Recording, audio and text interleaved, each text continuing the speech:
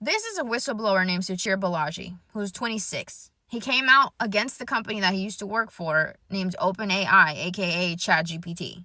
He worked there for 4 years, and his whole job was to organize the data for the predecessors of ChatGPT. He ended up leaving OpenAI in August of 2024 because he believed that the training data that was used for the predecessors of ChatGPT were violating fair use laws. They weren't respecting the copyrights of the content that it was consuming. In order to fully understand the toxicity of this company, we need to rewind just a little bit. So this man is named Sam Altman, CEO and co-founder of OpenAI, and he was fired in November of 2023 because other members of the board said that he wasn't really communicating with them. So he was kind of just making decisions on his own.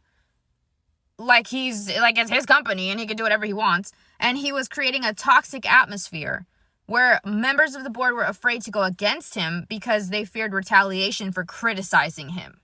They had concerns of Sam Altman's handling of AI safety. Because right before Sam Altman's removal, he was doing unhinged things. And he was doing them on his own. He wasn't consulting anybody. He was seeking billions of dollars from this Middle Eastern wealth fund to develop an artificial intelligence chip that was going to compete with the ones in the current market. But he was courting the company SoftBank.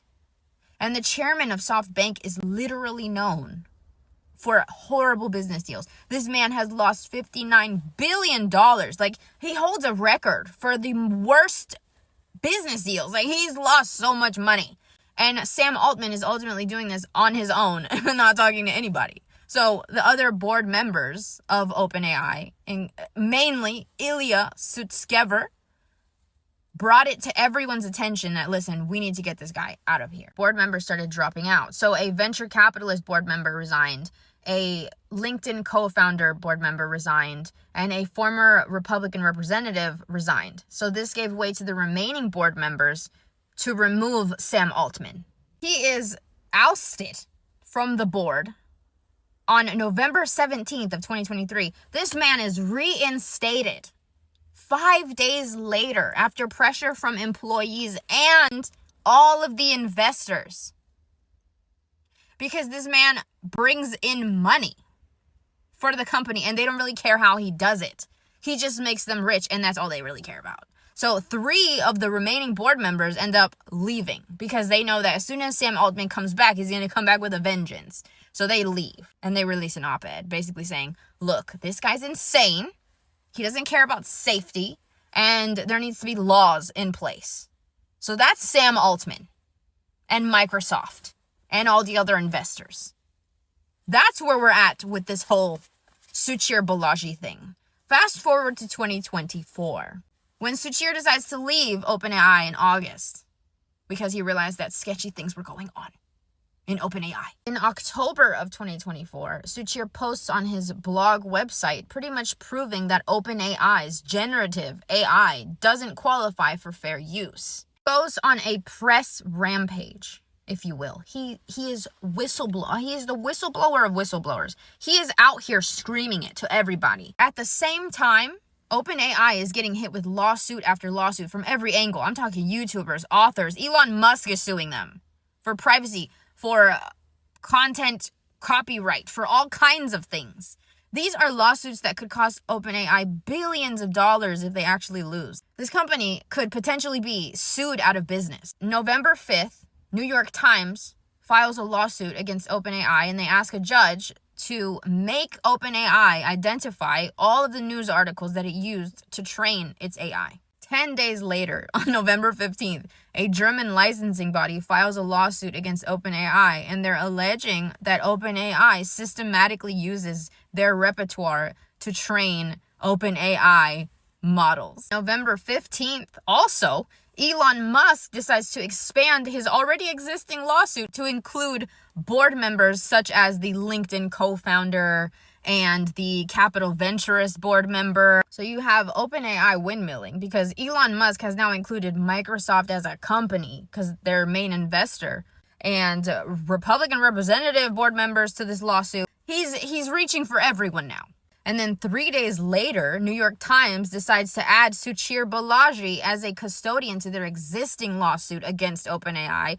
And the attorneys come out and say that Suchir has relevant and unique documents that could help support the copyright case against OpenAI. So this is not going well for them. On November 22nd, New York Times spent 150 hours going through training data trying to find copyright infringement evidence, only for OpenAI to wipe it clean. They deleted it. They deleted the evidence, and then they brought it back. Only when they brought it back, it was scrambled, it was mixed around, titles were missing, folders were mislabeled, and they go, oops. Whoops. Sorry, it was a glitch. It was a glitch. So, New York Times had to start over. On November 25th, a federal court rejects OpenAI's effort to toss a lawsuit filed by The Intercept over using their journalists' work to train ChatGPT without permission. On November 26th, Suchir Balaji is found in his apartment after someone called for a wellness check. They said that he unalived himself and that no sign of foul play was noted. There is no news of his unaliving, of his anything on November 26th. Nobody reported on it, nothing. This whistleblower that was on New York Times, that was doing interviews, that was posting on his blog, that was being very vocal, very loud, there was no news of his passing on November 26th. It was not broadcasted anywhere until December 14th.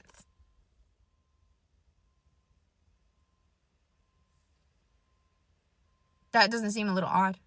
8 days before this man is found in his apartment, his name comes up in a lawsuit against his former employer, in which he is in possession of real documents, real evidence that could have had significant implications for the future of AI and the internet.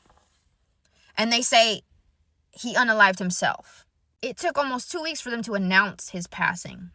And there was no investigation. There was no investigation. And the medical examiner, let me tell you, those files make no sense. But what's new? Microsoft and Google are facing class action lawsuits because these cloud services giants are using and collecting people's personal data to train their AI models. But TikTok is a problem. My point is, Suchir Balaji was unalived because he saw something that wasn't right and he said something and he kept talking about it. And there was no investigation done. No real investigation was done. It was deemed self-done. And the medical examiner's files don't make any sense. Not to mention it took almost 2 weeks for them to even announce his passing, which is just enough time to manipulate the entire situation to your favor. But when a United Health CEO is unalived, they put Sherlock Holmes to shame. That's my point.